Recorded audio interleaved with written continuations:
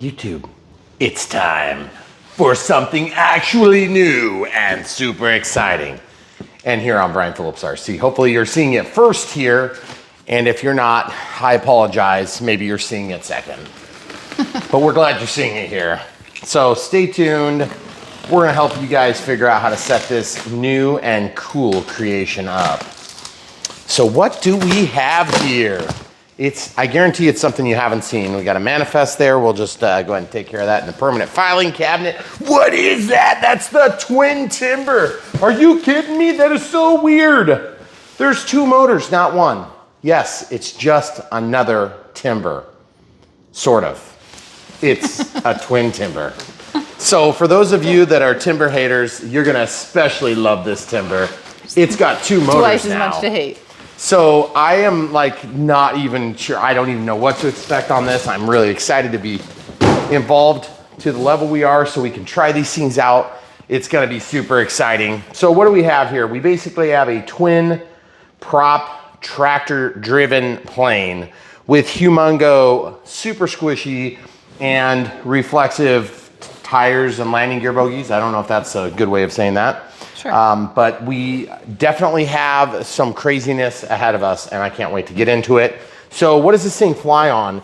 It's got a 637 TA, not the T, okay? So you're gonna lose barometer on the TA. So it is like a bind and fly. It's got safe and AS3X like we're used to. This flies on 3 and 4S batteries and it's got dual 40 amp brushless light ESC. So we're gonna see what that means for us in terms of thrust reverse, or if we have automatically got differential thrust already out of box. So I think we're supposed to get that, but we're gonna find out right now. So guys, let's get into it. We're gonna open this box right now before your very eyes, and we're gonna see how this thing looks, and then soon enough we'll be seeing how it performs. Now you probably are watching this. Oh, that thing is not gonna slide out. I'm gonna have to open the other end. It's got the E-flite, typical too tight of a box. So we are going to, now it is available without floats, of course. In this case, we are gonna have floats separate if we decide to do it on floats. And we are actually looking into a pond on our property right now. So we have like 4 companies working on bids for us. And we're gonna see if we can get that in soon. As in, we have to get numbers back and see if we can even remotely afford it. So Yes. we'll find out if it's even a possibility. But it would be so cool to be able to do float planes right here in our backyard. And this is gonna be pretty exciting. So this is supposedly a skill level 2.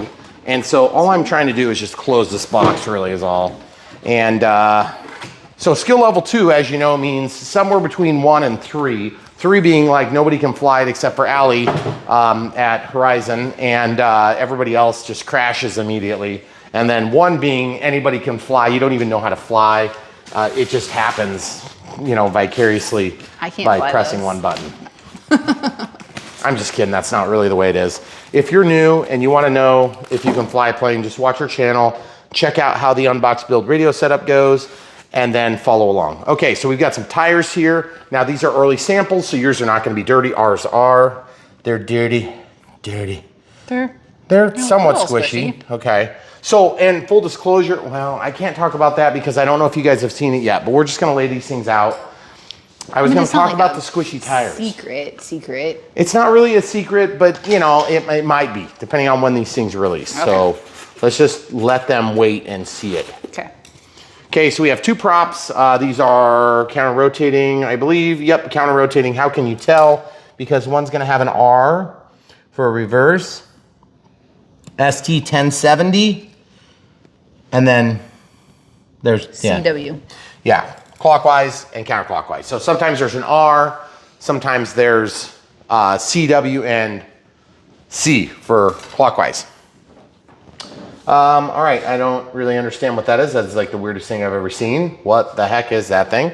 I guess we'll find out shortly. I don't know if this is important. I think it's packaging just to hold those props in place. So we're just letting that stuff sit back there. Oh, that's for the quick detach wing. Okie dokie. That is something we've never seen before. So that is weird. We're gonna see how this works, but it looks like we do have a different wing, okay? So for those of you who are jumping for joy saying, I can put my wing on it. No, not probably on this one. Although, I just had some bad ideas. I'm not gonna talk about it. Integral, ooh, these are not buried as bad as they are in some of the other timbers.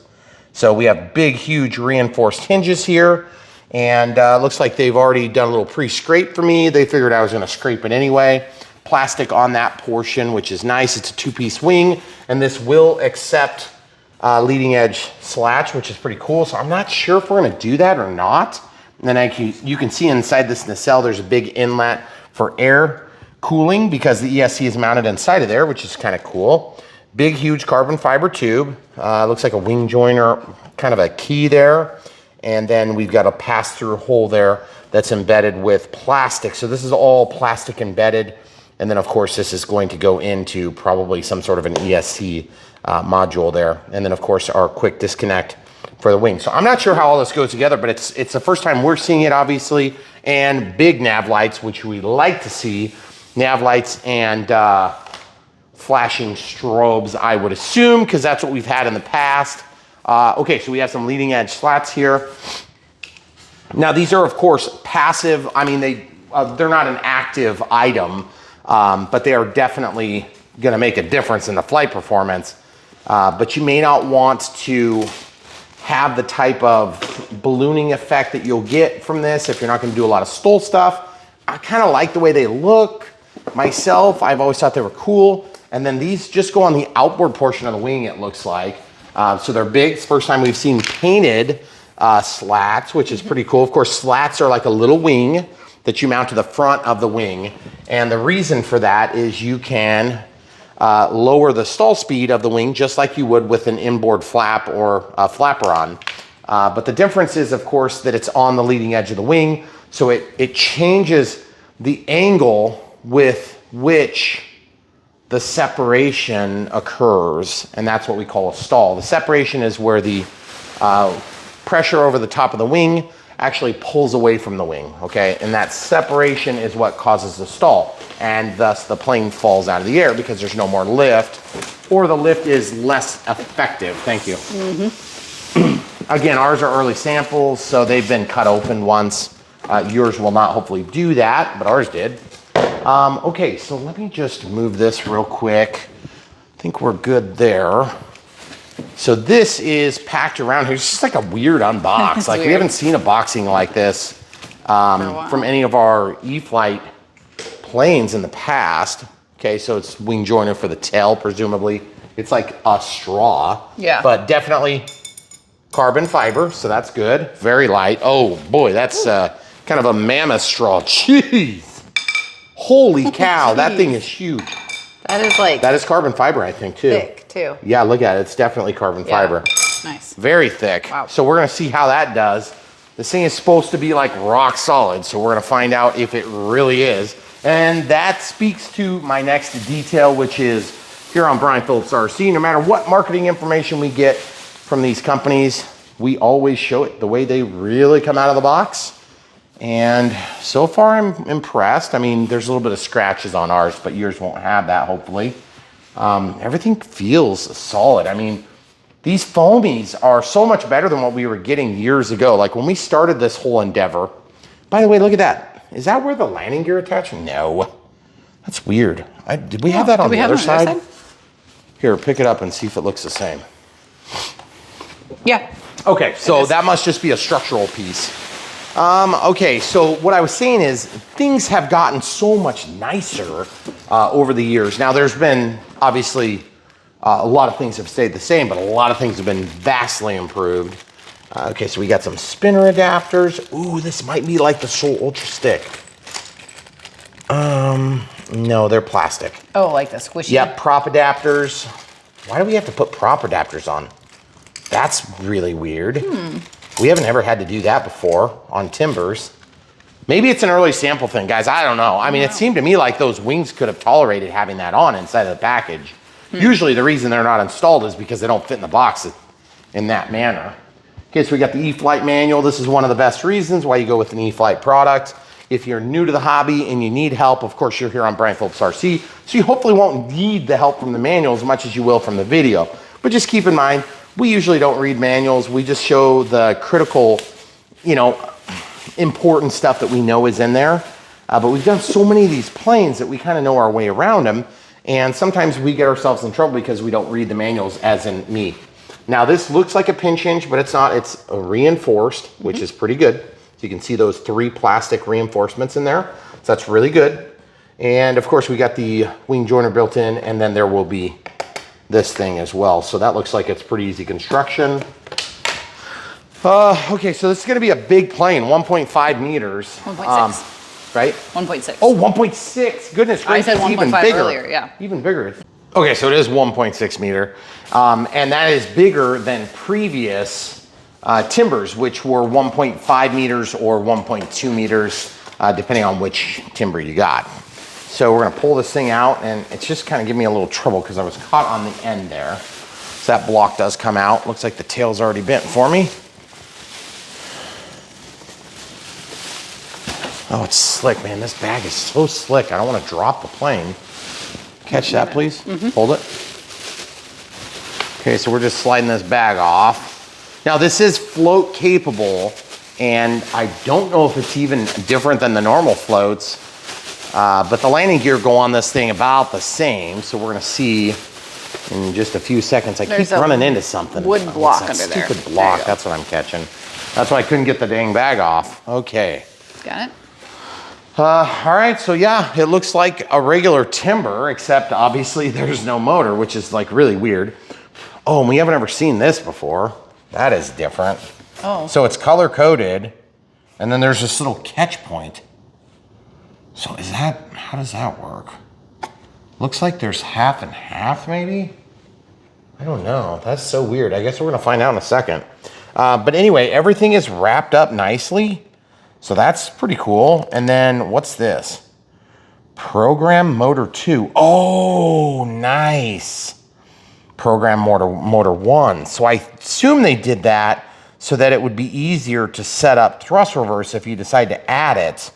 But there's also a battery lead that goes up to the front. So you have to plug in this and you have to plug in that. But that should be all you have to plug in. I mean, obviously we don't take our planes apart much. But you want to know that it can come apart because that is a big factor for a lot of people. Oh, and then they have this pull adapter there. That is what's going to be used to attach the water rudder, I believe. So that makes sense. And then also we have inlets here. Man, this thing is so slick. I almost want to get the plane stand out. We'll pause and get the plane stand out. All right, so we have the fuse upside down, and we're going to assemble landing gear first. There are instructions, and we're gonna just basically work through them because the landing gear on the timbers have been weird from day one. Okay, now the reason they're weird is because they work really good. Now these are some heavy duty springs. I know that was something that people had complained about breaking easily. I broke some timber landing gear. Most people did at some point. These are way more robust than what we're used to. So just remember you get to the flat, not the round, okay? So if you have it backward, you can technically get the screws to start, but it's really hard and it won't work right. You want it to be like that, okay? So that screws in there, and then this thing must go to the opposite side, like that, right? Okay, so we're gonna start by doing that. So camera crew opened up the bag, but I don't know what screws we need because I can't tell what size to use. They're showing machine screws. So there's 1, 2, 3, 4. So they must be in here. And then you're supposed to pass the big screw, that's this one, through the brass bushing. So I'm not really sure why we need a brass bushing, but evidently it helps to make up for the difference in size between that and the screw that's used. And again, these are all in one bag. Yours might come in a little bit different. Because this is one of the early samples, meaning that quality control already had their hands on it. Okay, so there's the big screw. And then here's the bushing, okay? So this is going to pass through like that. And then this is going to pass through like that. And then that is gonna go in here, okay? Now, You could do this in whatever order you want, but I'm just thinking that's gonna be the easiest way myself. And I'm gonna grab probably, I don't know, a number 2 screwdriver would have been fine, but I just grabbed whatever I grabbed here. You can show the people what it is. And then I'm just gonna slip that in. So that's why I picked to start there. It's not like there's some magical reasoning. You could start there if you wanted, but then it's gonna flop on you. Okay, so this happens to be a 4mm screwdriver. If you measure your screwdrivers in millimeters. Okay. That might be a little big for this though. Now, you'll note that I'm not putting any Loctite or anything in there. And if we have problems, you'll know that we had problems because of that. I really, really, really doubt we're gonna have problems with this. I've never used a Loctite on these. I don't believe on any of our installations of any of the other timbers we've done, and we've done quite a few timbers. This is now a 3mm. That does not work. So I would not recommend using the 3mm, and I think I wanna go bigger actually. So we had one of our Patreons had sent us this kit, and it's been actually pretty nice. Okay, so I must be bottomed out already. Okay, so now another machine screw. So this build should be a pretty basic build. It's mostly just putting together a couple of pieces to get the landing gear together, and then assembling the actual motor, spinner and prop. Okay, supporting the backside and getting that tight. So now we have this like crazy, oh my goodness, I don't even want to do that. I'm gonna break something. Then this one goes exactly the opposite, okay? So I don't know if it's supposed to go in front or behind, or if it matters, or if they're exactly the same. It does seem to like be a little bit happier behind. So I guess I'm gonna go with that. What do you think? I don't remember reading specifically, but I didn't read every step of the... I didn't read any step I at know all. you didn't. I just was like, yeah, let's just put it together. I don't think you guys are gonna really need a ton of help putting this plane together. It's just more a matter of radio setup. Like we usually have more people that need help with the radio setup. And by the way, speaking to the new viewers out there, if you're new to Brian Phillips RC and you're like, what is this guy doing? And why is he building the 400th plane or whatever it is that he's got in his house? That's because we love planes and we love bringing them to you here. The latest and greatest, if at all possible. And we get a lot of planes to help you guys decide whether or not they're any good, but also we're here to help you decide if you're capable of actually doing whatever plane we're reviewing. Sometimes it's very tempting to go out when you're a total new pilot and you think, oh man, I've flown that one time 100 years ago, and yeah, it was probably a crash. But the thing is, if you're familiar with the terminology one and done, that's one of the big things we want to help to prevent. And basically what happens is people get the wrong plane at the wrong time for all the wrong reasons, and then they ruin themselves for the hobby because they have a terrible experience, and then they're one and done. We don't want one and dones in the hobby. We have enough challenges in this hobby without one and dones. So we want to help people to make good decisions when they're brand new to the hobby. And then we also want to help people that are getting back to the hobby, that maybe are just coming back after their kids went off to college and they've got a little bit more free time, or people that have, you know, we were just working with a guy the other day that had kind of hurt his shoulder for the last time. Oh man, that is a lot of spring tension. I hope it's gonna work as good as I think it's gonna work. But he had hurt his shoulder for like the last time, and he was doing racing motorcycles. And so he decided he was gonna get back into flying radio controlled airplanes, found our channel, and then ultimately ended up bringing some planes up when we flew them. So people from all walks of life love this hobby, and we love to bring you all the latest and greatest. So if you want to help support us, all you have to do is smash the like button, click the bell for notifications, subscribe if you haven't already, and then there's super thanks if you like doing things like that. We personally think if you're going to spend money, rather than sending us money, buy the stuff from the links and then let the manufacturers we work with send us money, which is the best deal, because then you guys just generate a commission for us and everybody wins, because then they say, hey, good job, you helped us sell this plane, and then they pay us a small commission, and then you guys get the amazing plane. But if you don't want to buy that plane through the link, or you can't buy it through the link because you're overseas, or it's inefficient, or you really enjoy your local hobby shop, or whatever it happens to be, whatever your reasons are, and you want to throw us a few bucks, there's Patreon and PayPal. Patreon, of course, is a monthly support thing for creators. And then PayPal would just be like a one-time. Just remember your friends and family as far as we're concerned. That being said, we're gonna continue this build. We have the landing gear installed. Now we have to get the wing installed, but I'm trying to debate, do I wanna put together the motors and all that stuff now, or do I wanna do it once on the plane? It's kind of awkward to do it on the table because there's nowhere to hold the wing then. And these wings are like the Fuse, but a little bit better. They're not quite as slick. The fuselage is very slick, like it's hard to hold on to. So why don't we just assemble the wing? I don't think it's gonna be very hard to do. We're just basically gonna slide this rod through. I mean, I'm never gonna look at the instruction manual. Why would I need that? This is the type of thing that you're gonna be able to take apart really easy, okay? So then that slides through. I mean, that's like really easy. And by the way, since all the engines are on the wing is really heavy, which is unusual because usually the wing is super light on the timber. Okay, now this has a little bit of an angle on it, so that would be like facing to the forward. The higher side is on the forward side because it's on the trailing edge of the wing. Fits perfect like a glove.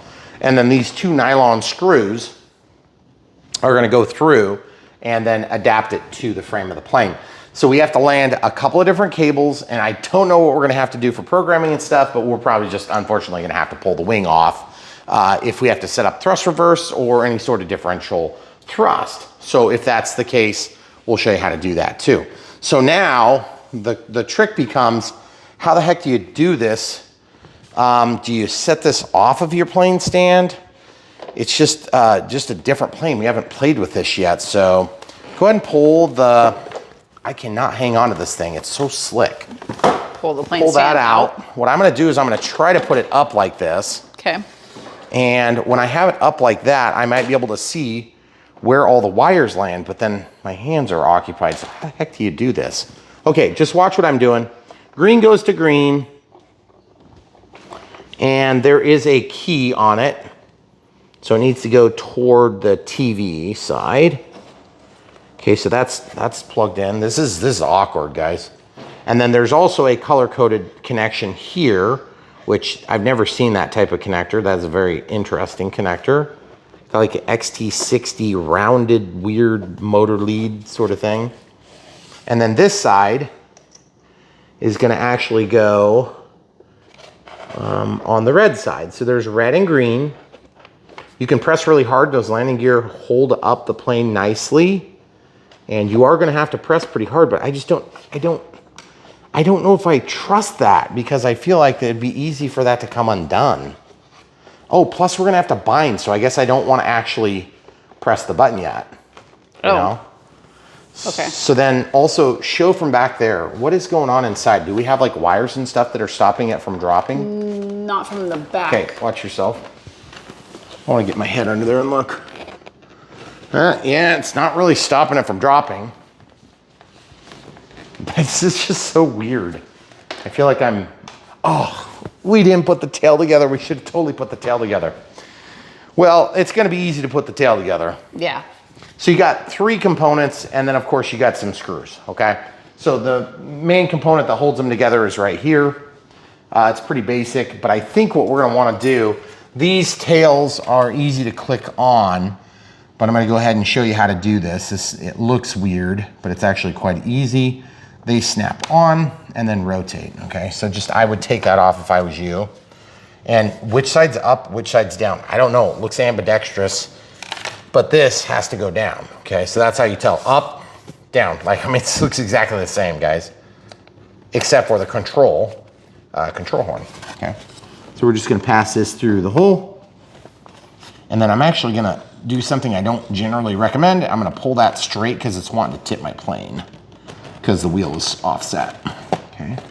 Just slide that through, should be pretty easy. I'm just watching the sink as I go. And then same thing, it only goes one way because there's no control rod on this side, or not control rod so much, but control horn. Okay, so we'll just slide this in. Fits like a glove. And then there's a pass-through, so that was super easy. Okay. Now we do need to land this linkage here. So why don't we just do that real quick? Okay. The plastic doohickey. Don't lose the doohickey, guys. Oh shoot, what hole do I stick it in? Oh. There's so many choices. There's 3 choices here. Oh, there's always a wrong one. Well, I don't want to hit the wrong hole and get in trouble, but I also am looking at the bottom of this and it's the middle hole? Hun. Yep. Okay, so I'm hitting the middle hole. So the middle hole, it looks like, I don't want to press hard. Okay, got it. Ooh, I hate doing that, but I'm going to do it anyway. Now this thing slips on, and it's awkward to do because you got really nothing to hold it against. Okay, so this is where the promotional videos, you know, there'll be like some nice background music and people are not having difficulty. And then you're like, wait, hold on, that doesn't remind me of the promotional video. It reminds me of something hard. Well, this is just a little awkward. I don't think I'd describe it as hard. How the heck are you gonna get that out here? This is so awkward. Okay, there we go. This little clip is actually easier than some other options. I don't know where the camera is. Where is the camera? I'm behind you. Can you show them this thing? See this? I was using my pinky finger now. Mm-hmm. That's how I got that. And it worked pretty good. But now we need to put the screws in the wing. And the screws are basically gonna be the plastic ones like this. Right here. Mm-hmm. Yeah. Is that what you're seeing That too? would make sense. And the reason I know that is because we built a bunch of timbers. And I'm gonna use the 4mm Phillips screwdriver. So we'll just drop that in from the top so it's easy. And I hate to do that, but I'm gonna do it again because I bumped it. See what's happening with my thumb? I'm hitting the horizontal or the vertical stabilizer. It's actually technically the rudder. Okay, that worked. So just be as careful as you can. If you have a super long handled screwdriver, this would be handy here. Okay.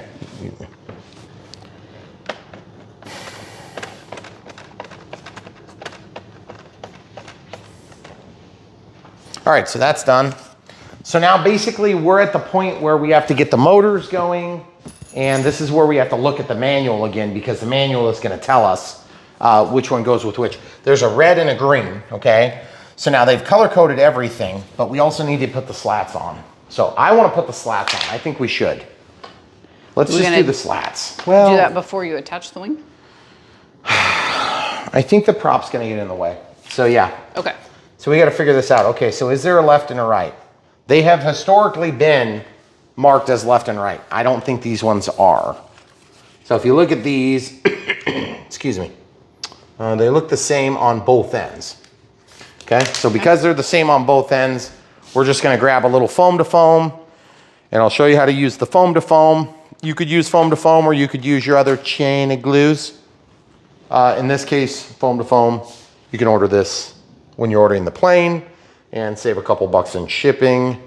If you order it together is what I would suggest. And if you don't have any of this foam to foam, it works really nice. It's just as good as other chain glues. But at the end of the day, you know, whatever China glue you decide to squeeze into your crack is between you and God. Correct? Yep. Okay, so we're just doing a little bit there. Now, the drawing in the manual is probably gonna call for CA, and I don't care. I'm gonna do this because I've had really good luck with foam to foam, and I've had really good luck with mucilage, but I have had less good luck with CA. And for a variety of reasons I say that. Either would work. There's a lot of contact area on these surfaces, so I don't think you're gonna have a problem either way you do it. I'm just gonna put a little bit of glue on both sides to make it easier, and we're just gonna let that cook off. And what I mean by cook off is I mean chemically react and essentially dry a little bit, okay? That's the easy way of talking about it. Just make sure you do it the same general shape of the wing as the one that you're attaching it to. If you don't get the same shape, then you have it on backward, okay? It should be kind of like obvious, but if it's not obvious, I will help you to understand. This blue is probably gonna be hard to film because it all blends in. Okay, so now we've capped that off. This one actually has safety warnings on it. So foam to foam, that's good stuff. We've had really good luck with foam to foam. The tube, because it's aluminized, will actually cause it to squeeze out. Every time I open it, we have a little bit that squeezes out. So just be aware of that. There's nothing worse than having sticky stuff all over your hands while you're trying to get in and do an important job. especially around painted surfaces, because painted surfaces are not going to tolerate that as well, in that they might actually take the paint off. Okay, so you'll notice what I'm doing is I'm just basically spreading and slathering the sticky stuff. Okay, so now I'm going to actually take, I didn't get as much on this surface, so I'm going to go right there, and I'm just going to lay this down and let it cook off a little bit more. You're like, geez, Brian, you're letting that stuff cook like crazy. I know, actually, there's kind of a lot of contact areas, so I don't want it to dry too much, because the worst thing you can do is let it completely dry in this type of apparatus, because you have to squeeze the shaft into the hole and hope that there's still some some sticky stuff to squish around. Because if the mucilage dries, or if the, in this case, the foam to foam dries too much, you'll have a hard time making penetration. Okay, so now I'm just going to turn this the way it's going to go, and then I'm just going to roll it in. Start with the deepest portion and just verify we've got alignment, which we do. And then I'm just going to support the wing a little bit underneath and press it right in. And as you can tell, I do not have my wing mounted yet, which we've discussed. And so it's a little bit tricky because the wing is wanting to rock on me. And I do feel like that's maybe just a bit premature, because it's wanting to slip a little bit out on me. So if we have problems, we'll have to depress it down a little bit more. But for now, we're just going to go with it. I can see a lot better on this side because it's not over the top of the counter. Now, I just want to talk about extra. If you get a little extra that pops out on you, don't freak out. On this application, I would just leave it and just let it be. But you don't want your leading edge slat to like push out like this. That will actually change the aerodynamics of the plane, okay? So you need to keep an eye on that. Like this one here, it's not even stuck down in the crack. Goodness gracious. Might be easier to just screw the thing down. But like this one here, camera crew, it's not even in the crack. Now it's in the crack. But it's really hard to tell, so I need to turn this. This is one of those times where it's really frustrating because we don't know where we need to be on this big, huge plane. It looks more even now. Yeah, might look more even, but it's not staying down. The reason it's not staying down is I didn't let the glue cook off long enough. If it cooks off long enough, then you'll touch them together and you'll be able to practically lift up the plane by it. Okay, so next move is going to be to basically start looking at assembling the motors. Now, if you remember inside of here, there's basically red and green. Okay, so the red is on what would be the left side of the plane here. So this one is red. So I'm gonna go with, we need the red stuff on this side. But I also don't know which prop, and the props are not color coded. So we need to, of course, read the manual for that part too. So the camera crew is gonna help me with that right now. And I'm gonna get myself situated so we can assemble this. I do need a screwdriver to actually screw the prop adapter in. Looks like there's, do they talk anything about Loctite? Not yet, but it says the red anodized propeller adapter is threaded normally and must be installed on the left motor. Yep. The green is reverse threaded, must be installed on the right. Okay, fine. Okay, so red goes on the red side. Yep. Okay, which prop? Propeller marked CW must be installed on the left or red side. Okay, so I want CW, not CCW. Okay, CCW goes here. Now, how do you tell which direction is forward? This one's pretty easy because there's a hollow in the back. But generally, the print is going to dictate the front. Okay, this has a hollow in the back. That's solid. That's hollow. So you can tell it's going to go this way. Okay, and you can also sit and look at it and it says clockwise. So clockwise is going like this. Well, we're looking at it from the front. So I don't know. It gets confusing with stuff like that. Okay, so here is the motor mount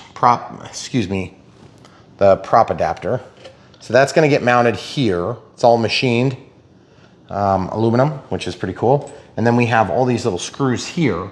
So what we need is, we need to basically put that on at the end, put that under it, and then we have the spinner is gonna go over the top, and this goes into the spinner, that's Phillips.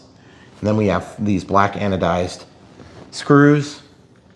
Should be a 2 millimeter. 2 millimeter, okay. Well, you can't see these. for what size they are. I'm just noticing that. That's kind of annoying. Okay, so 2 millimeters. I'm not seeing anything about Loctite. Yeah, I don't know if we need Loctite or not. So I'm just gonna do it without. If they don't tell us to do it, we're not gonna do it. Okay, so the camera crew has the light on, which is kind of handy for both of us. And we're gonna torque this in here. So if you guys are new to the channel and you don't know what we do here, we unbox, build, radio, set up these planes. And then at the same time, we basically release the flights like 1 minute later. And that way the latest video that shows up in your feed, if you're subscribed, would be the flight part, because that's what most people watch.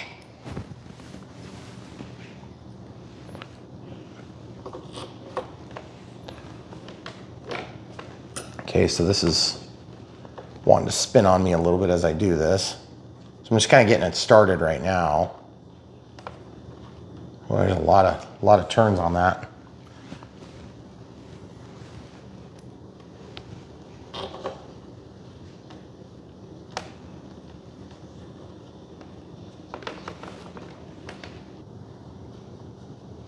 Okay, so we've got that torqued down. So now we got to figure out a way to hold that while we torque this in. And I don't have a tool for that here, so we're going to pause and get a tool. Okay, so we're going to try to hang on to this with this crescent, because what's happening is as I try to turn this, there's no way for me to brace it. Okay, so that helped a lot. So once I do that, then I can brace this. And again, my wing is still not actually closed. But imagine doing this right on the table. It'd want to walk on you too. And of course, these are crappy for the job because they don't have a sharp tip. They don't reach out very far. So it'd be nice if there was an easier way to do that, but this cowl doesn't give you much room to work with. Ooh. Okay, so that's on there. All right, so now we want the clockwise one on this side. So that's gonna spin like this toward the fuselage from the top. Okay, we have good friction there. We have those bumps that are providing friction. Slide that back. And that is super annoying. Get on there.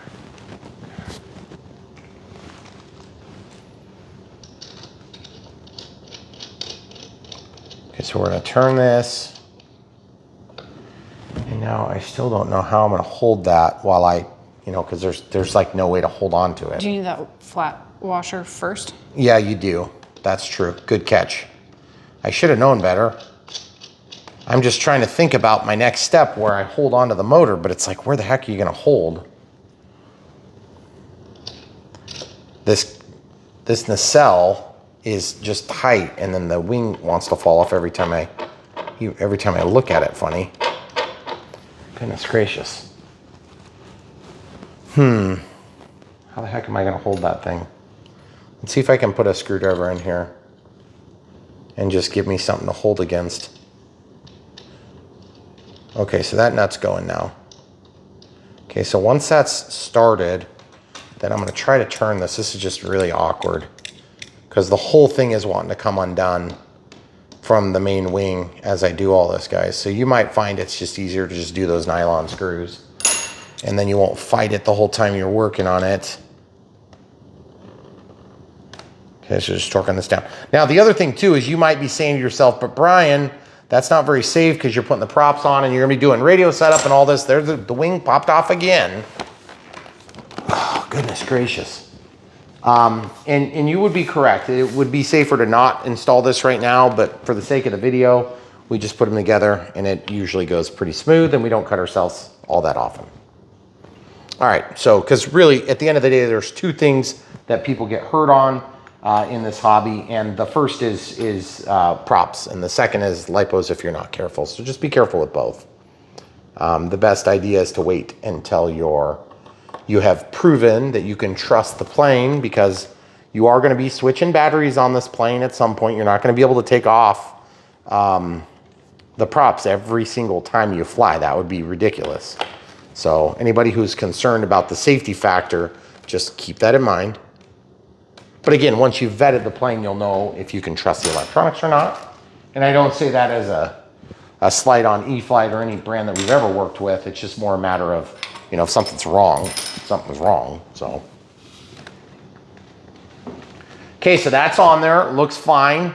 Black on black, very basic, cartoonish looking style. It's not gonna be like a super duper scale thing. It's nice looking, it's very clean, it's simple. I definitely can appreciate that. But this is gonna be more of a performance sport flyer.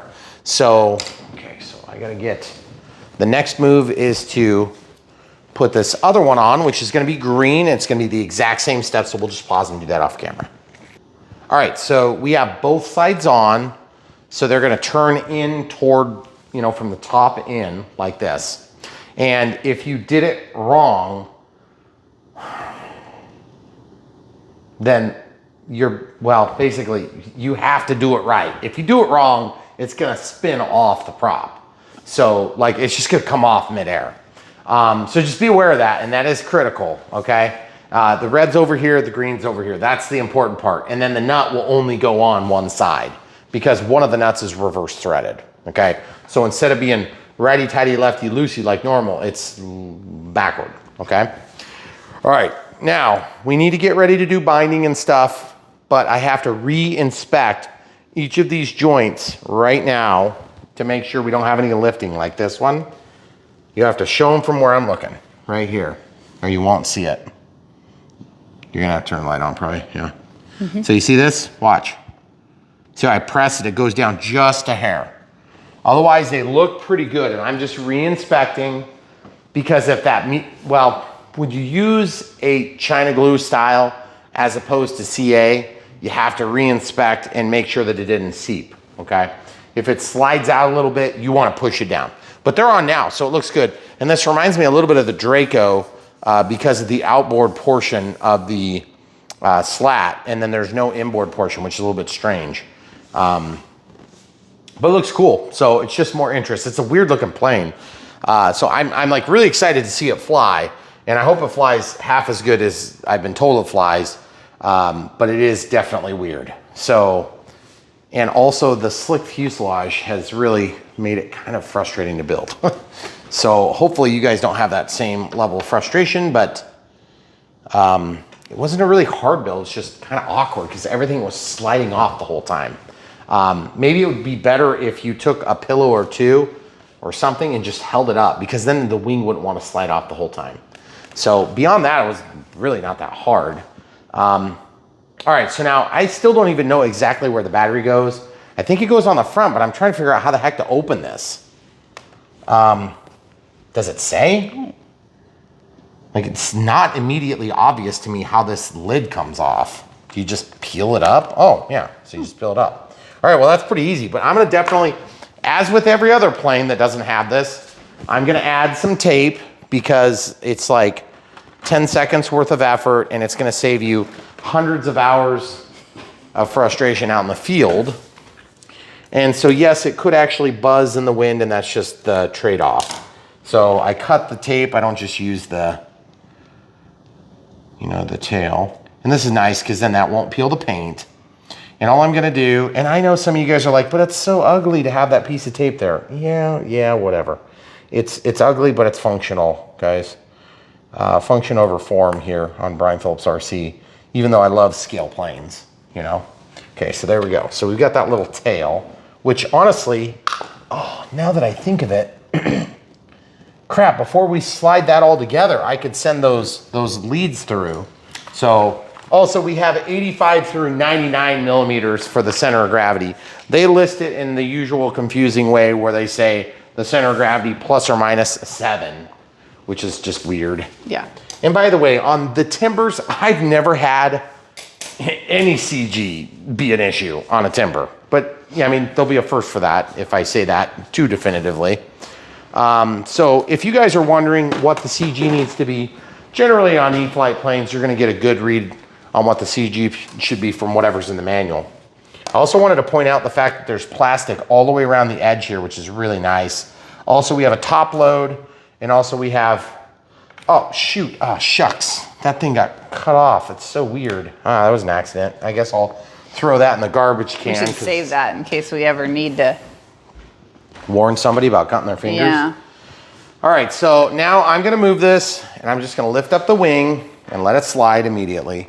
And you remember those programming cables? That's all I'm trying to do is I'm trying to get the programming cables. Okay, so the programming cables are right here and I wanna see if I can get those to pass forward. Camera crew, I'm trying to get you to grab these. Can you grab those? Yes. And hold them? Yep. Okay, hold them. Got them.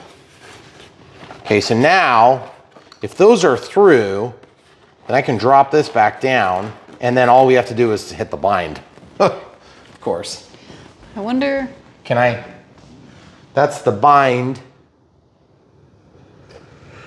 Yeah, you could use the bind plug on this so that you can assemble it. That's the other thing you could do. Maybe it would gave us a bind plug for once. Maybe it would be easier to just do that than try to press the bind button. Because honestly, it's been really frustrating having this wing move the whole time. It's actually 2 screws though. It wouldn't take that long to actually take these off. We've gone through this entire process and now here it is, I'm putting the wing on. I think I just put it on. And just be done with it because it's so annoying. Yeah, so definitely just put the dang wing on. It's there's enough steps that you're gonna be like cussing by the time you're done. Or don't film it. Or don't film it. That's why we didn't film the second prop. Actually, the second prop went smoother, of course, it always does. Yes. And partly because we've done the other side already, and then partly because it's just, you know, sometimes it's easier to reach. And it's like some days I feel like I can reach out and do a plane like this, and other days I feel like it's killing my back, and this one just gets me just far enough away. I don't know if that's just a feature of getting old. Can I return that feature? Don't want that one. Yeah. Okay, so there's a lot of threads on those nylon screws, of course, like 4,000 threads.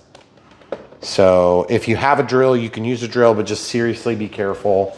If you drill too far, you might cause major problemo. Okay, so that's on. Now it's not gonna slide out, thank God. I don't know if you guys can tell, but it's been kind of a long day. All right, so what's next?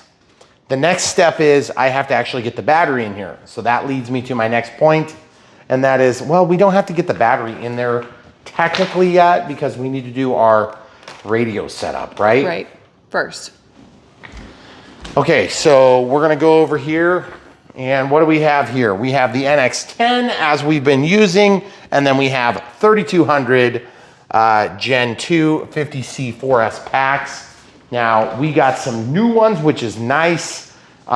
In the past with twin EDFs, we call those battery killers, battery eaters, because they do tend to eat batteries. I'm hoping this doesn't do that because it is a twin, it is a prop. So props tend to do a little bit better with that, but we do have 50C just to get a little extra juice out of the battery. And so if you guys haven't bought or haven't adopted any smart technology in your batteries, that is a really small battery. Wow, that's super nice. 3200 4S, and look how perfect they look before I get my hands on them. It won't look like that after a while. It's gonna be a nice round ball. Yep. And by the way, if it looks like a ball, it's probably about time to get rid of it. Okay, so this does require a smart charger because it's a Gen 2, and Gen 2 just means that it has not got a balance lead, okay? So this one's gonna go in here, and it's gonna help us to get our CG when we do all that. So we're just gonna go ahead and plug it in right now and show you how this works. Now, if you guys are looking for a charger and you say, hey, Brian, I want something that's gonna be, you know, good for the long haul, I would say go with the S2200. You don't need necessarily 400 watts per channel, but there is an S1200 and an S1400. This one's the S2200, so you got 200 watts on each of the two channels you can do simultaneously. They have the XT, excuse me, not the XT, the IC5 and the IC3, which is really nice. And so of course you got the smart data lead on both of those. And then camera crew is gonna switch sides so I can get in here. The thing that's so nice about these smart batteries is you plug them in and they start charging, and that's as hard as it is. Now you can press this and actually go to the current. I like to charge at 1C, meaning that it's 3.2 amps.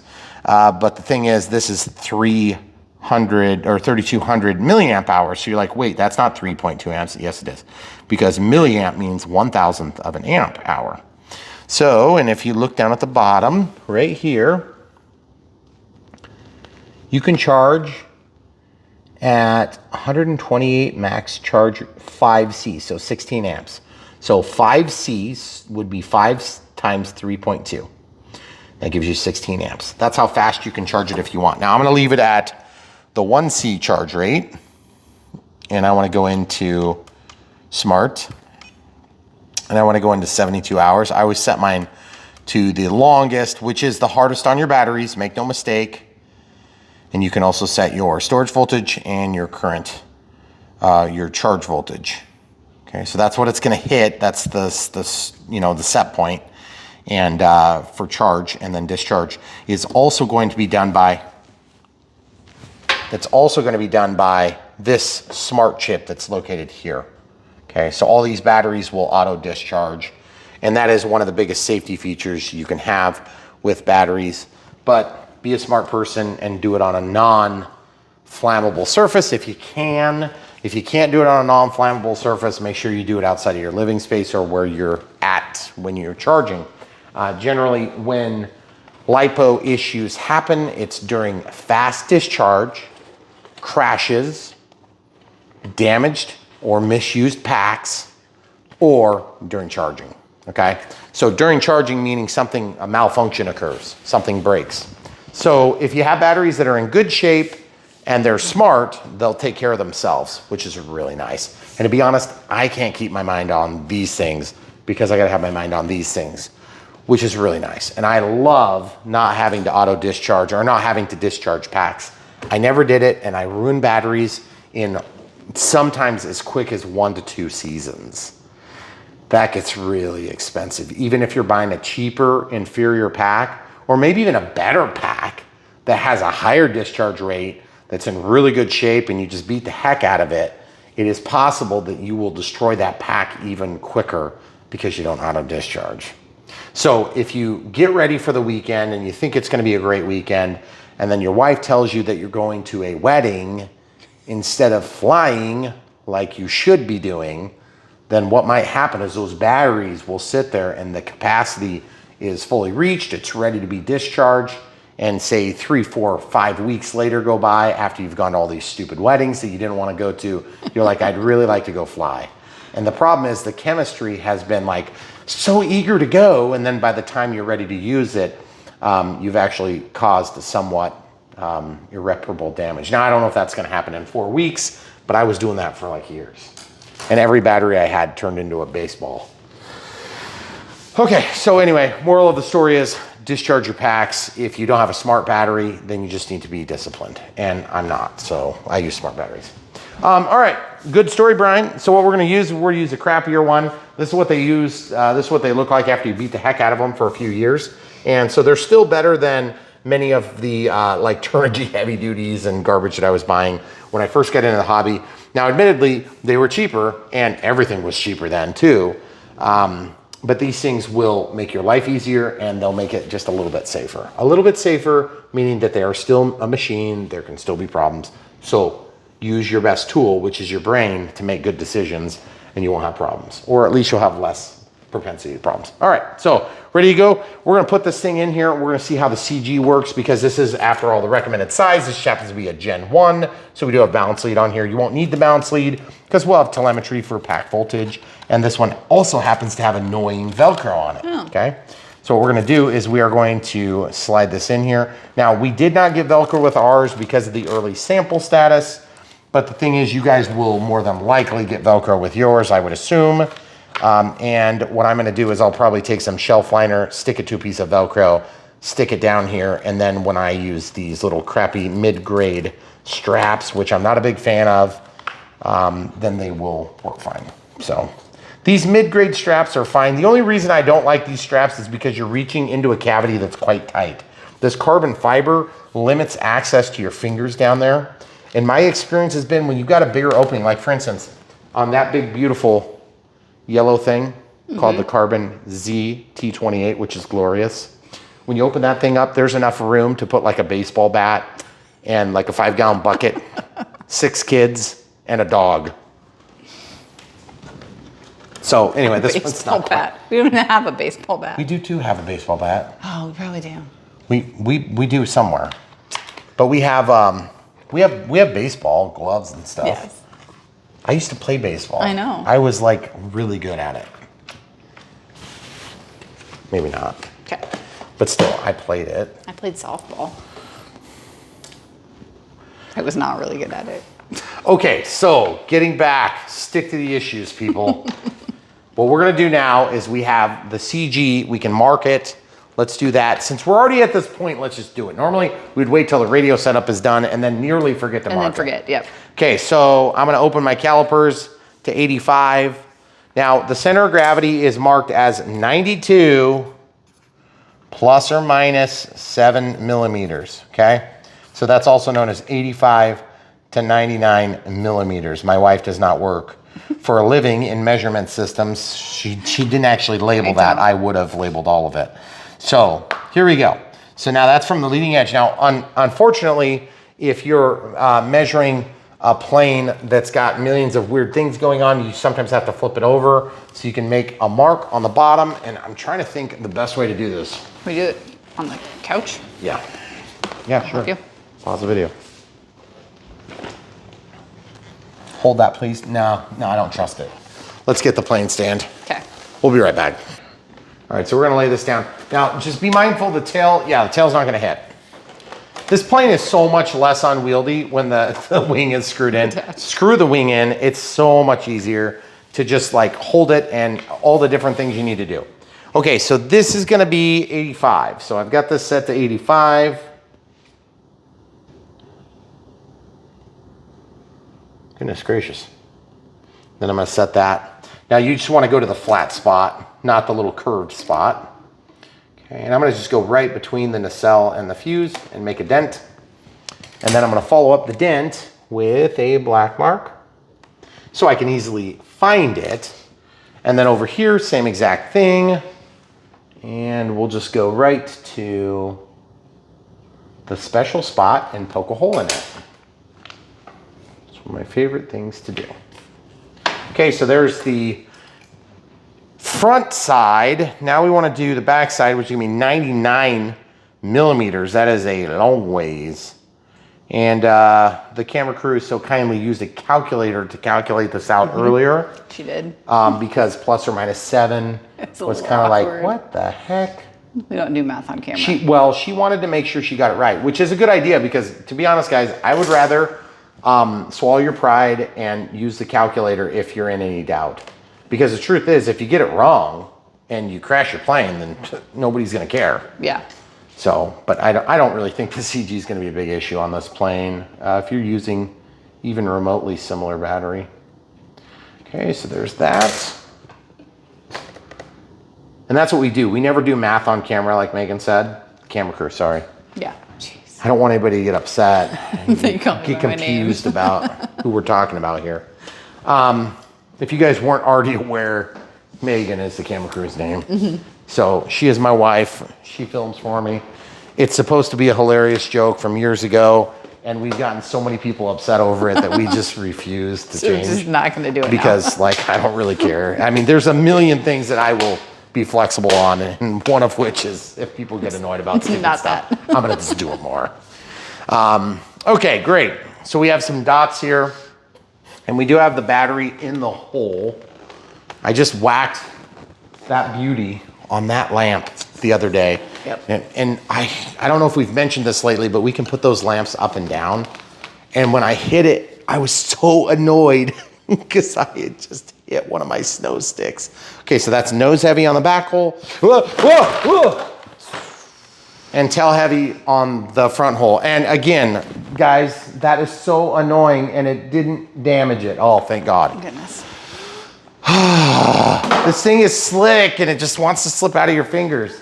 So I don't know if you guys saw what happened there, but I'm gonna do this in a different way that I'm just over the top of the island this time. Goodness gracious. These slick models, it doesn't seem like it would be a big problem until something like that happens. It's on my fingertip and all I did was just took the littlest movement down and it took the weight off. So it's like nose heavy on the front and then tail heavy on the back, okay? So I think we're fine. So if you basically find the middle mark, then that's where I want it. It's like perfectly balanced. So what I'm gonna do is, and I don't know if I've talked about this lately, but every time I mark the CG on a plane, I mark the CG and then I also mark what battery goes in there. Now, why do I do that? Because I have a hard time remembering with so many different planes. Or we'll work with the plane and then we won't touch it again for like 3 or 4 months. So 3200, and I'm just gonna go with wherever it is right here is fine with me. So here's a mark, and it's right basically at the firewall. So 3200 milliamp hours, and not to be confused with milliamp hours, which is not a thing, milliamp hours. Okay, so that's 4S. There it is, and this is, you can use 30C, 50C, whatever you want to use. Now, full disclosure, if you use a 50C pack, you may find that there's a little bit of a disparity in weight, and that's not a big deal. So this says number 1, that's because the sample was number 1, okay? So I'm just gonna scribble that out. All right, so the wire goes that way, that's why I have an arrow that way, but there is actually room right there for the wires. So if you have to put your battery this way, there's room, but you're gonna have to be able to get the wire then out and around. So just full disclosure, that might be a little bit tricky. Also, I just wanted to point out the fact that there is a plastic nose cone, and I gotta point out the fact that this thing just humped the island and it didn't get damaged. And that's actually kind of incredible because I was just like having visions of this huge gouge right down the bottom and middle of that plane. And yet there was no damage at all. And so we are lucky. All right, so the next move is gonna be radio setup. We're gonna pause, put stuff away, and come right back. All right, so radio setup is next. So we're gonna jump on to page 4 of the manual, which is like the second page for some reason, okay? So we'll fire this back up, and we're gonna click back and cancel, and scroll down to create an acro. We're gonna let that create, and while we're looking this over, looks like the flaps, pretty self-explanatory, 5 and 6%, not much correction. And then system setup. Okay, 1 aileron, 1 flap, so that's super basic. Throttle cut. Minus 130. Yeah, Okay. it's gotta be old. All right, so model type's already set, model name. This is where we're gonna type in the name, and this is called the Twin Timber 1.6. We're gonna scroll that in and come right back. All right, so we got the Twin Timber 1.6. So we'll walk back out. Now they don't talk anything about flight modes either, which is kind of interesting. I guess we don't need to do that for safe select, so we'll not do that right now, but we may have to add that later. I kind of tend to think we will. And then under channel assign, I'm gonna change auxiliary 2 off of switch B because I don't want that on switch B. I want that to command flaps, but we'll just let that be. Okay, then when we come back out to the main menu, we're gonna click into dual rates and expo. We're gonna set that up. I'm gonna set it to switch F. Now I am gonna deviate from the instructions here. This is what they suggest. That's not what I'm gonna do. I'll show you what I'm gonna do. It's gonna be the same as every other model we ever do, and it's probably gonna work just fine. Whoops, dang it, I screwed it up now. So I'm gonna inhibit it, and then I'm gonna turn it back on. Okay.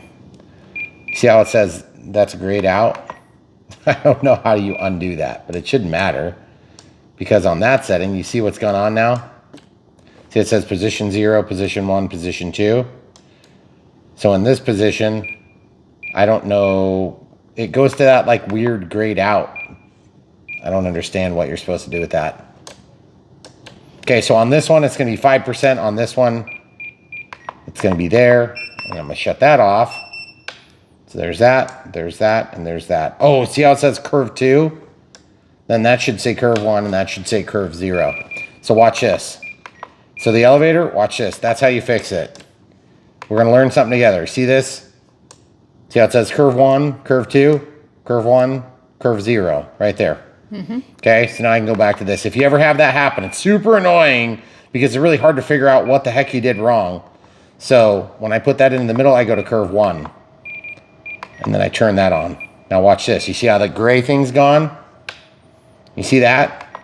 Turn that on. Look, now there's no more weird gray box. Weird. Yeah, I don't even know exactly why they do that, but it is a little bit obnoxious to undo it. Okay, sorry. Didn't mean to overcomplicate that step, but it does happen to me occasionally and I always forget to fix it. Okay, so there's our neutral setting in the middle. We have half, and then we have a doubling effect, and then we reduce the rates to 90, okay?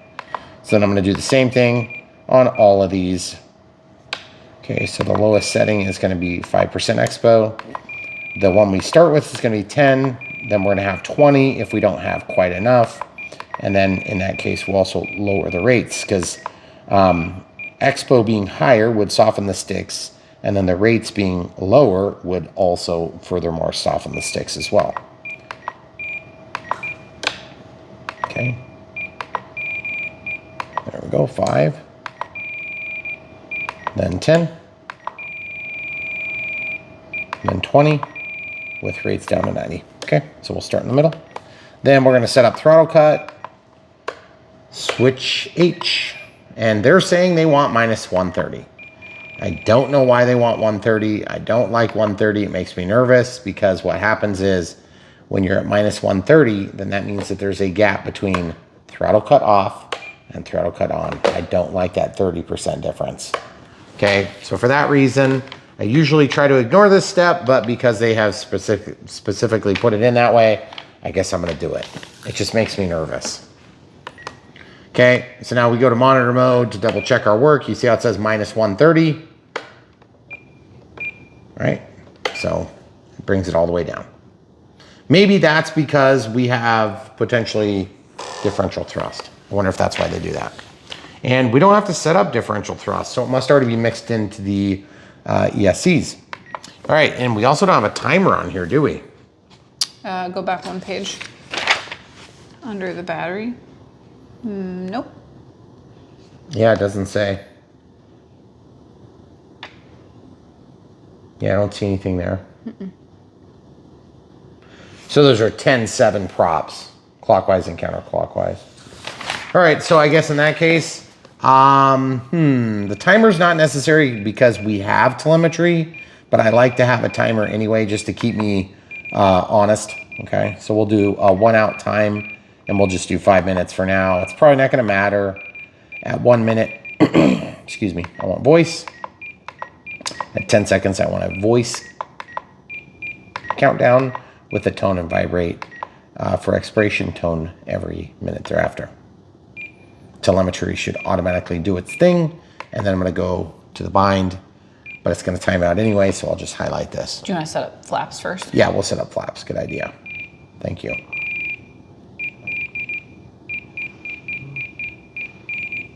Oh crap, you know why? Why? Because I never set up the wing type, the aircraft type. Oh. Sorry guys, my bad. Let's select the image. I'm pretty sure they're not going to have an image for this. Huh. It's probably... That's actually not too close far enough. off. Okay. Well, I guess we'll use that. Now, hopefully all this other stuff is already set up, so let's just double check. Yep, it is. Yep, it is. And flap system. I'm going to assign mine to switch B. And they suggest minus 50. And then minus 100.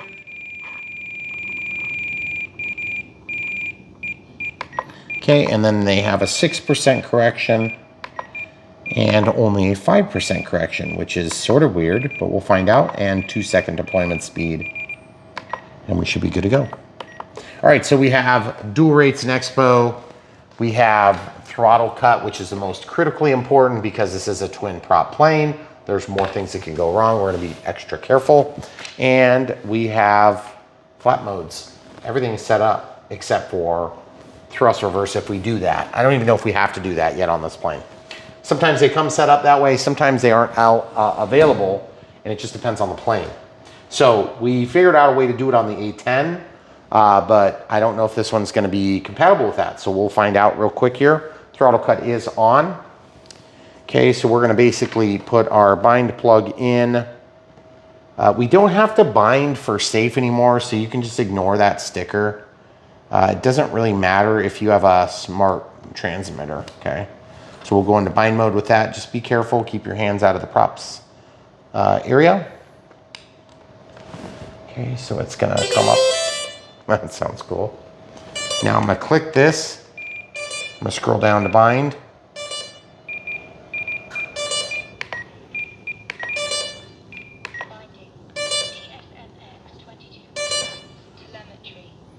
Got a hold of the nose still, just so you guys see.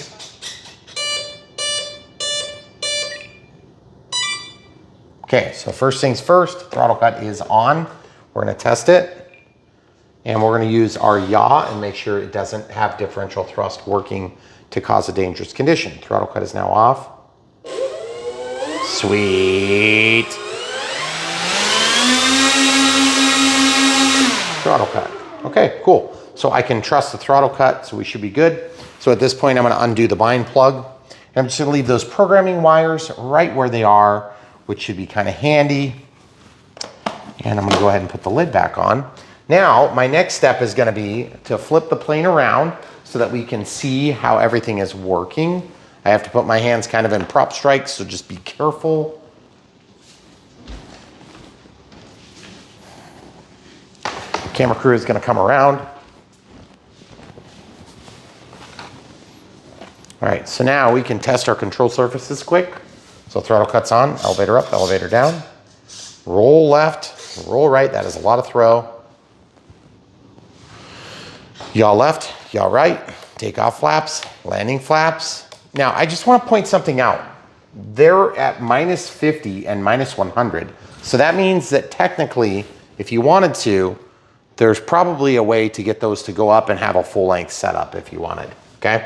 So if you were to, for instance, want spoilers, you could also do that, because all you would have to do is just basically mix in something. I'm not gonna do it right now, but I'm just gonna show you a spot where you could cheat it in if you wanted to do that. Let's say you wanted it right here, which would be kind of weird. Look what's happening. So you could have spoilers. Pretty cool, right? So now I am gonna actually clear that back to 0, okay? So we're at 0, -50, -100. Okay, cool, so everything is set there. Now I'm gonna clear my timer again, and we're gonna take a look at thrust reverse and differential thrust, if it's already active or if we have to set it up. Okay, so obviously I need to have the throttle cut off to see if differential thrust is working. So first things first, throttle cut is off, and I have to hold this, so I'm gonna move the stick, and I see no activity from the throttle, but sometimes you have to have a little bit of throttle to make it work. So there's a little bit of throttle, and if I pull the stick all the way to this side, camera crew, could you come over here, please? So we give a little bit of throttle, and then I pull the stick to this side, it forces there, and then I force to that side. Very cool. So we have differential thrust and intense. So that works really good, and the throttle cut's on. Okay, so now the last thing I need to figure out is, do we have thrust reverse? Thrust reverse is a tough one, okay? Because I don't know if it's set up. Throttle cut is on, and I'm gonna test something. I don't feel braking. Throttle cut's off. I don't feel an established brake. So if there's not a brake on, it's possible that there isn't braking set up on these ESCs. It may not be totally compatible with the differential thrust. And so I'm not sure if I want to advise or suggest that anybody does the thrust reverse, but I just want to see. Okay, so if I go to monitor mode, which channel do we have? We have channel 1, 2, 3, 4, 5, 6, 7. What's channel 7? By default, it would be on B. Okay, so I want to assign that to a switch, switch G. I just want to see if the default channel assign, so auxiliary 2, which would be channel 7, I'm going to set to switch G. Because I just know that's where the avian would have it if it existed, okay? Okay, so now I have to just control the plane again. Okay, throttle cut is off. There's forward thrust. And no change. So what that tells me is that thrust reverse is not on by default, and I don't know that it's available. So I'm gonna look at the manual for a moment and come right back. Okay, so thrust reverse is available on this plane, and they actually put a whole section in the manual, which is really nice. I wish we get that all the time. Page 17, and it goes through the options. So I'm just gonna hold this right here so you guys can pause the screen if you need to. Okay, so now we're gonna go through this together, and normally you would scroll all the way to the right and you'll see this, but because we didn't go into it right away, we have to unplug the battery and plug it back in. Make sure your throttle cut's on for safety. And what I'm gonna do is go ahead and lift this, unplug the battery, and just plug it in. You have to do it within so many seconds of power cycle, okay? So power cycle, make sure your canopy is on so that you don't have that sucked up in the props. Make sure you can secure the plane. If you're in any doubt, do not do this with the props on, okay? So now I wanna hold the low throttle, up elevator, left aileron. Step 1. Now step 2.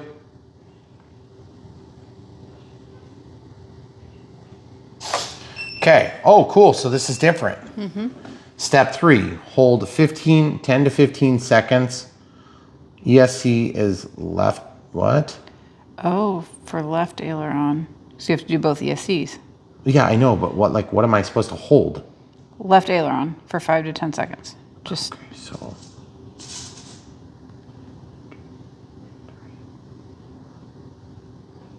Okay, cool. Okay, so now we can turn that on. Brake type, normal, proportional, reverse. Okay, then they want brake force set to 7. So I'm gonna scroll down. Okay. Do they have any of the other answers? Okay. nope, just the channel. Okay, LiPo auto calculate 3.4. I would normally not want to cut off voltage at all. BC soft timing is 5. I can't tell. Okay. Clockwise. Active FW, I don't even know what that stands for. Thrust reverse is channel 7. Rudder reverse is normal. Okay. Difference 10%. Wait, where was braking? You already did, that was the very first one. Did I turn it on? No.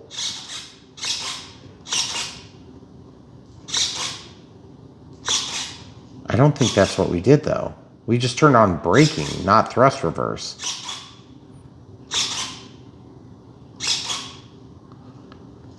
There it is. Okay. So then you go down to exit.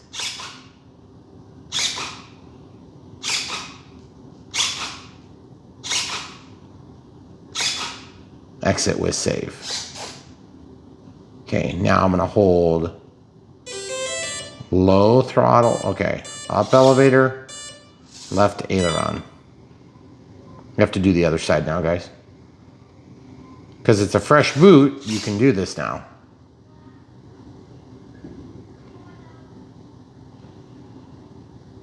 Okay, so now I want to do right, so I'm going to hold it to the right, and we'll do the exact same setup. Glad they finally added that step. Come on now, you can do it. Come on. Come on. I wonder if we're going to have to power cycle to get it to work. So we have to hold it for 1. I'm just going to do that to make sure I'm getting far enough over.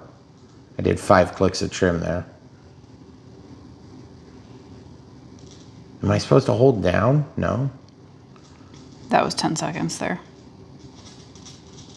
I'm just moving up and down to see if there's like a sweet spot where it's happy. Maybe I'm just gonna let go. 1, 2, 3, 4, 5. Okay. 1, 2, 3, 4, 5, 6, 7, 8, 9, 10. Okay, so that's evidently not happy with that. So I'm gonna go ahead and actually try power cycling first. At this point, we could test well, let's just test the reverse. Maybe it did both. I doubt it, because I'm pretty sure it's only gonna do one. Okay, so throttle cut is currently on. I'm gonna make sure the plane is secured. I'm gonna go just regular forward thrust. Oop, throttle cut's off. There's forward thrust, okay? Okay, so there's that. It's definitely not, because we're still programming that one right now. So we're gonna power this down. We're gonna power it back up. Hurry up and get the canopy on. Front, windshield, whatever you wanna call it. Okay, now I'm gonna scroll all the way to the right. Up elevator, radio on. What? Why did it start in step 2? That is really weird. Okay, I'm gonna just do what I know needs to happen. Okay, now I'm gonna do this.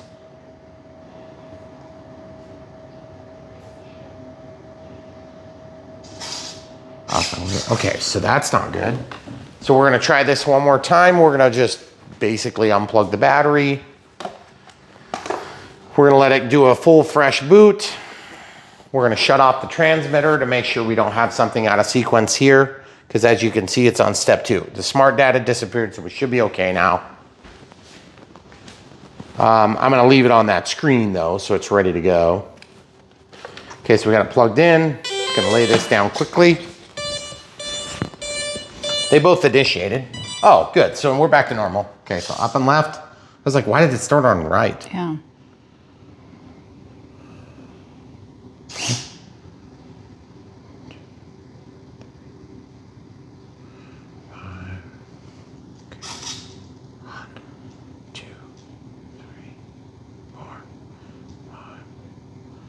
Come on, get me in there.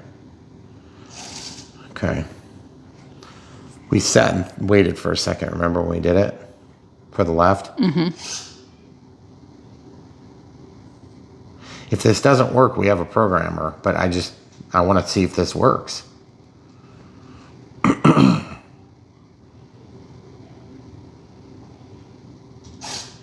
Okay, I'm gonna go back in the left, see if it goes.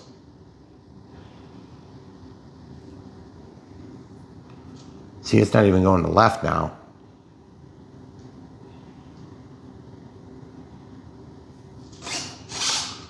Try up and.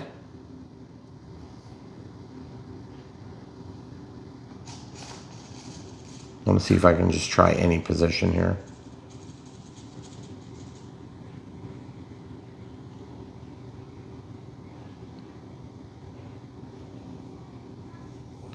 Okay, well that's not gonna work. So basically I'm gonna cancel out of that.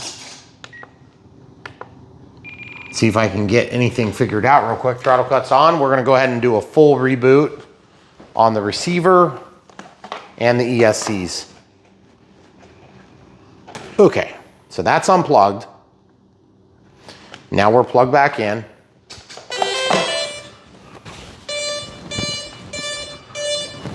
If at first you don't succeed, try again. We're gonna try it again.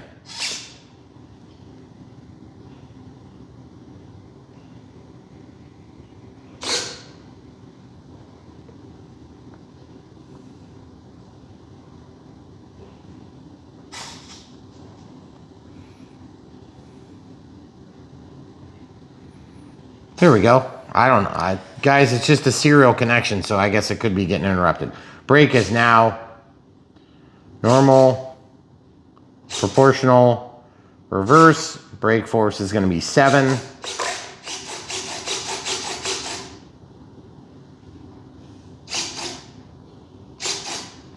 Okay.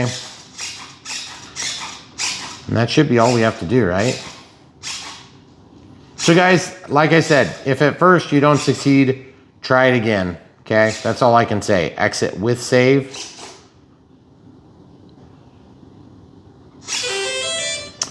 throttle cuts on. I'm gonna walk out of that so it's not gonna cause a conflict. Now, I'm gonna just go ahead and test things. I have a hold of the tail wheel. Sorry that was confusing because it didn't work and we've had that happen before to us. So that's why we do these videos, is because then we show you how to figure it out, which is basically sometimes just try it a few more times, okay? We have regular forward thrust. We have a hesitation. That's still forward thrust. That's reverse thrust. Sweet. And yes, there is differential thrust. Okay, sweet. All right, let's talk about how to do this now. Okay. Okay, all right, so we're walking over to monitor. So in the middle, it works. That's thrust reverse. That's forward thrust, okay? Nope, that's also reverse thrust. So this is forward thrust. Yep, that's forward thrust. All right, so throttle cuts on, so we wanna make it minus 100%. So I'm gonna set up my digital switch setup right here. I'm gonna select switch G. Now in this position, I want it to be forward. So that's minus 100. I do not know why they made it minus 100 for forward thrust, but it's just the way it is.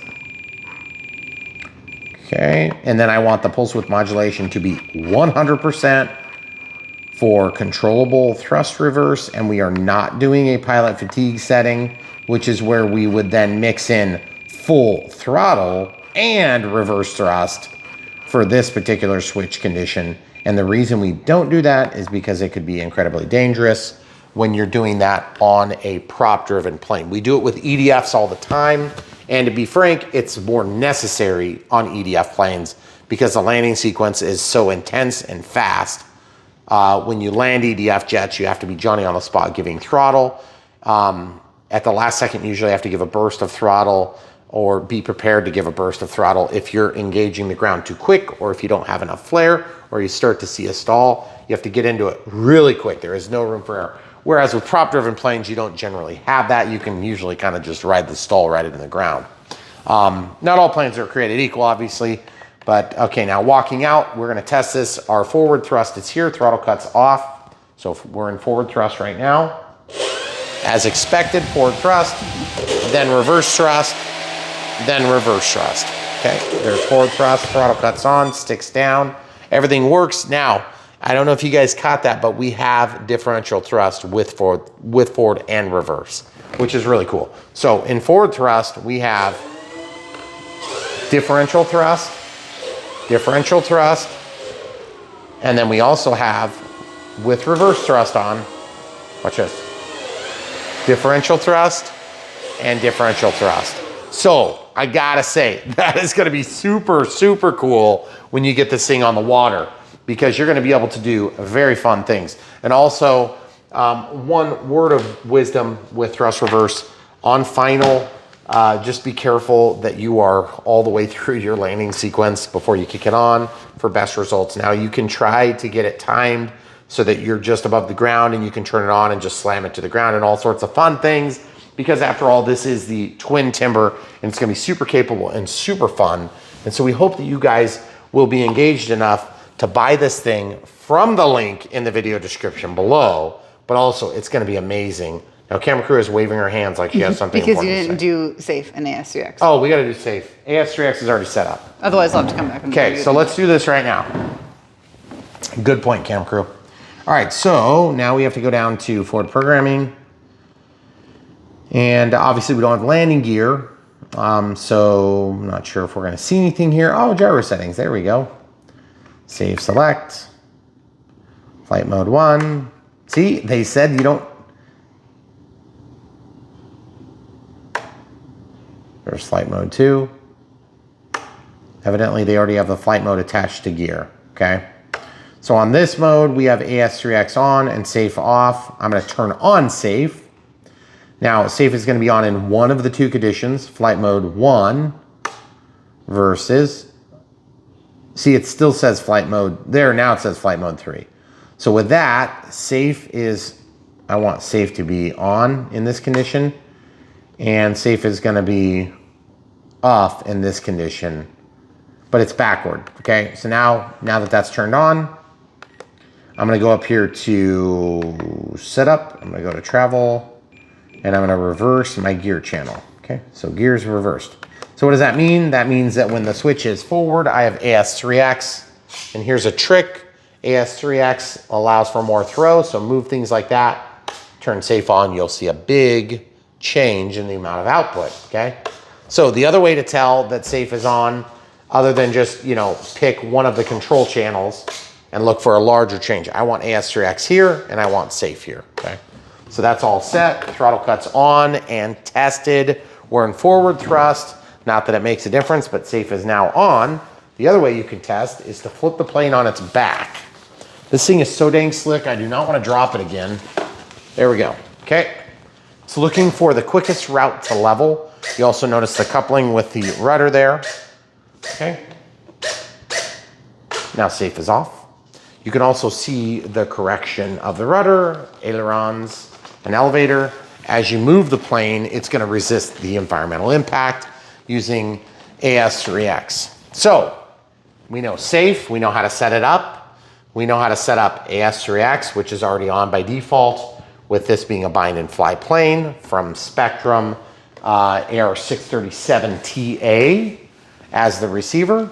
We also have thrust reverse set up, we have dual rates at expo set up, and we have flaps set up. So this thing is feature packed, and it is a perfect opportunity for you to consider getting into the latest and greatest technology on the transmitter. If you guys haven't considered an NX10, I would suggest you do it. Here's when you want an NX10. If you're like me and you want to get the absolute most out of your flight experiences, an NX10 gives you all sorts of bang for the buck, and you don't have to jump up to the IX line, which is considerably more expensive. Now, if money is not the primary factor for you, just go balls to the walls, go for the iX20, don't even worry about it. If you can't get that, the iX14 be great, and then of course the iX12, which is, I think, discontinued now, or they're not selling it or something about it, I don't know, that'd be a great choice too. But I would suggest, if money is an object, go with the NX10. The NX8 is similar price. If you know for a fact you're never gonna get into jets and stuff, where you've got crazy crow and different things going on, that J11 actually doesn't have crazy stuff. But we have had planes like, for instance, the F-16 from E-flite in the Thunderbirds had the 8-channel receiver, which means we need to have a couple extra channels of control for master gain and on-off for the stabilizer, or stabilizer on, stabilizer off, AS3X on. So that means that you technically do need more than 8 channels if you're going to command an AR8360T, okay? That's the harsh truth. Now, if you want to do 10 channels and you also want to stack on those additional channels, keep in mind the receivers that we're using these days have additional channels above the pluggable channels. So like, for instance, on this channel, or on this one, you have a 6-channel, of course we can't show it in there, but the AR637T and 637TA, which is the more economy bind and fly version without barometer, they all come with the 6 channels that you can plug in. Then there's also several additional channels. We can tap into all 10 of them here, but it doesn't necessarily mean that you can impact change because there's nothing plugged into it. There's also other features that get tied in, sometimes within the bind and fly controls. So really cool. I like the way that this went together, with the exception of the wing, okay? So if you guys are trying to build this and you want to take the one piece of advice I can give you, and by the way, with that hard nose, you can set it up on its nose, which is nice, but that still doesn't quite sit as vertical as many planes that we've seen in the past. Storage, we like to store our planes like that a lot. But because it's got that plastic nose, you can set it near vertical, which is nice. Also, I want to talk about the height of this plane. If you're thinking about transportation, and you should be because it is a big plane, there's 2 screws and the wing comes off. Trust me, I know, it's slipped off like 14 times while we were building. But I would definitely suggest that if you're gonna take off the wing, you might almost just take one off, because you can take off that coupler and then, well, but you're gonna have to take off the joiner and everything. So either way, you could also take off the wing and turn it sideways, but look how tall this is. Previous Timbers, the tail is very tall on it. This is now, by the time the prop is on there, it's actually taller on the prop, okay? So I just wanted to point that out because on a conventional timber, your prop would be starting from the center of the nose instead of the center of the wing. So this thing has gotten a little bit bigger in that way. So just keep that all in mind when you're doing your considerations. It's not a hard thing to take the wing off, but it definitely will take a couple of minutes because you got to undo this. You got to lift it. You could actually probably lift it and unplug the cables without any hands. But then when you go to plug them back in, you have to hold the plane, support it, and then plug all those 4 connectors back in. They're not especially hard to plug in, but just keep that in mind if it is a consideration for you. Because here on Brian Phillips RC, we are here to help you make a good decision and not just the decision to buy. Because obviously, at the end of the day, this is not a commercial that's, you know, supposed to just be tricking you into this. We just want to help you guys get a good fit. So if this is the plane for you, we understand. If that's not the plane for you, we understand you're weird. And there's just like, I'm sorry. I was pointing at the T28 because it's so good. I hope this one's so good too, because it looks totally new and totally weird, but I actually kind of can't wait to fly it now that I've seen the thrust reverse and everything. And what was the other plane that had that? We did one that had a twin. Was it the Twin Otter? Was it the Beechcraft that had differential thrust? I don't know. One of them. Oh yeah, the Beechcraft. Yeah, it had differential thrust. I think that's what it was recently. That's right. Yep. But see, I can't remember. We didn't have access to the menu that we had today. No, we did had not. to use the programmer. Now, if you guys don't know what we're talking about, there was a programmer we had to use to program the avian ESCs, and it looks like this. So if you guys are ever in a situation where you need to program your ESCs to add thrust reverse, but you don't have them in a bind and fly setup like this, then you can get one of these. They're actually not terrible for price, so you might want to check that out. It's not to be confused with the XPC battery tester, which is also a servo tester. This is also a battery tester as well if you want. And I don't know if this also does servo testing, but this is a programming tool that's used to program the avian lineup. And it's not uncommon within a lineup of particular ESCs to have a special tool like that. God knows we've got 50 of them. Well, I shouldn't say 50. No. We probably have 6 or 7. This is the first time we've done a dual ESC through on the transmitter. Yep, that's right. We've always used the programming box. So very cool to have access to that. I wish it would have worked a little bit better, but admittedly, it did ultimately work. It just took several tries. Now, the other thing is we didn't power cycle between steps. I think that might have been the way to go. Yeah, I would do that probably to start off with. But I think it's already kind of power cycling. When you hear that beep, beep, beep, beep, right, that should be power cycle. So either way, I don't know. Whatever the case is, we got it done. Yep. So if you guys follow along at home and you're frustrated with us for not having, like assuage you from the responsibility of following through a few mistakes, we apologize. We try not to do that. But at the same time, we do want to show the real deal here on Brian Phillips RC. Because if E-flite puts out something that's maybe not great, we'll show it that way. Because we're not here to serve Horizon. We're here to serve you guys. And that's why we do this. And so fortunately, we work with companies that allow us to be completely honest and truthful about our experiences, which can be up to and including crashes that I make mistakes, or crashes when we have linkages that rip out of wings and things like that. And so we wouldn't be working with them if they didn't let us be truthful. And so we are very happy and honored to be involved. But at the same time, that does mean that sometimes we have planes and we don't know what to expect. And so I don't know if you guys have ever understood this, but every time we're flying planes for you, it's the first, second, third time we've ever flown them. And sometimes it's, they've done research and development at the factories and things like that. But, we're going to be, flying these things without anybody telling us suggestions and things like that. So when you guys watch this video in like 3 years, you're like, oh, why didn't you know this thing? Everybody knows that. Well, just keep in mind, we probably didn't know it. We're lucky to have a manual with this thing. Mm-hmm. So we just got a plane today that came in a box with like paper around it. Just handwritten on. Like handwritten. Didn't know what it was. I don't even know what it is. So I'm actually kind of excited to see it. But the thing is, this is one of the terrible problems we have. Right.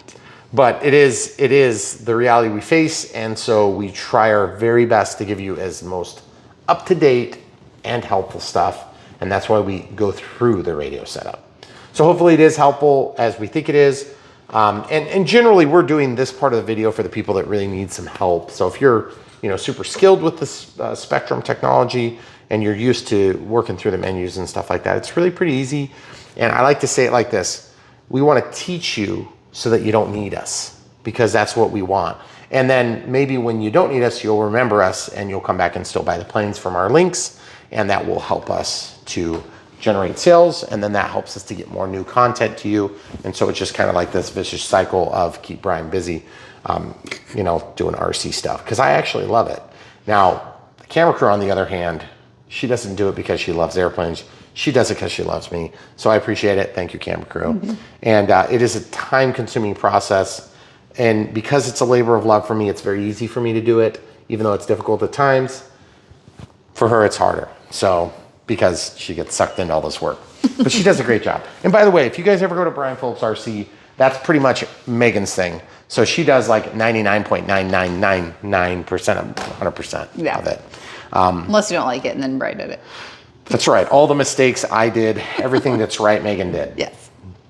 I've been married for a while. But that being said, if you guys want to visit Brian Phillips RC, it's just www.brianphillipsrc.com. If you don't know how to spell Brian, it's literally wherever my names are, and it's with an I, not a Y, and 2 L's. So Phillips, brianphillipsrc.com, and then you can check that out. It will help you to find what you're looking for. We're trying to keep it refined and accurate, because it is tough to keep up with links.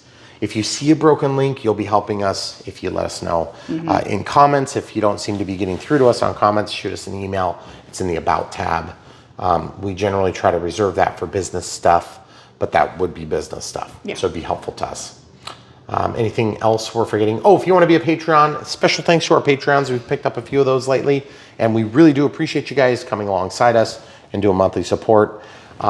Also, if you want to do just one-time gifts, we got PayPal. Just remember, friends and family saves the fees, because nobody likes to pay fees to companies. And really, if you're watching our channel and you are supporting us, you're basically our friends as far as we're concerned. So thank you for being our friends and family. That will save fees for you. It will save fees for us. If you don't know how to do it, you go onto your payment, and then you have to select something like friends or family.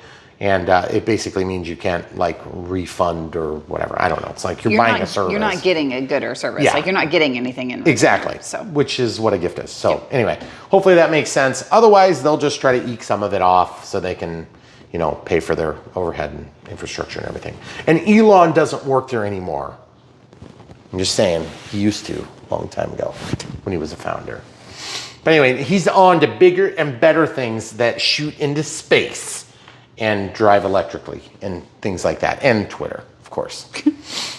But anyway, sometimes we all have lost leaders. Anyway, so hopefully you guys enjoyed this content. Hopefully it's not too terribly boring and frustrating watching me drop the wing off of this beauty about 14 times. And I think it's gonna be a blast out in the sky. So if you haven't already seen the maiden flights, check it out. Should be available right now if you're this deep in the video for sure, because only 1 minute after this thing publishes, you should be able to watch it. So much more from Brian Phillips. Definitely come back for more.